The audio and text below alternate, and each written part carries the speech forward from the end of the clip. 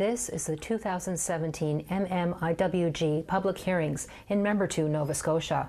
Marie Sack of the Sipekne'katik First Nation was behind the scenes at the time, offering support to the families. She says it was important families shared their stories. And it gave families justice, finally, that they could speak up about their loved ones.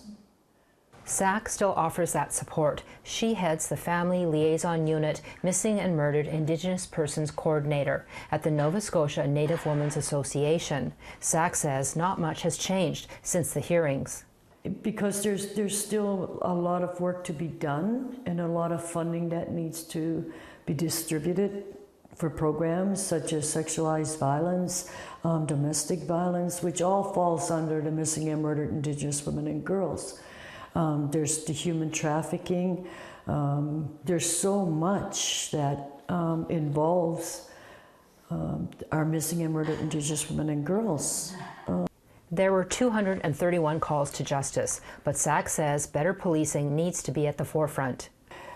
We need to educate the police officers within our country, and they're not getting enough. I feel that they're not getting enough to understand the Aboriginal communities in Canada. Marion Buller is a former Chief Commissioner of the inquiry. She says MMIWG families often spoke about mistrust of police due to poor conduct.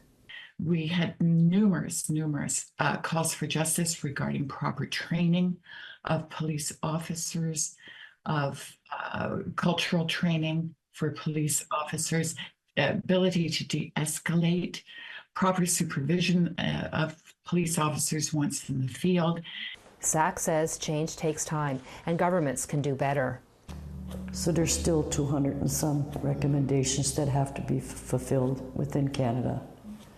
But no, I don't think it was ever a waste. I think it made Canada wake up and be aware of what was happening to our Indigenous women in numbers.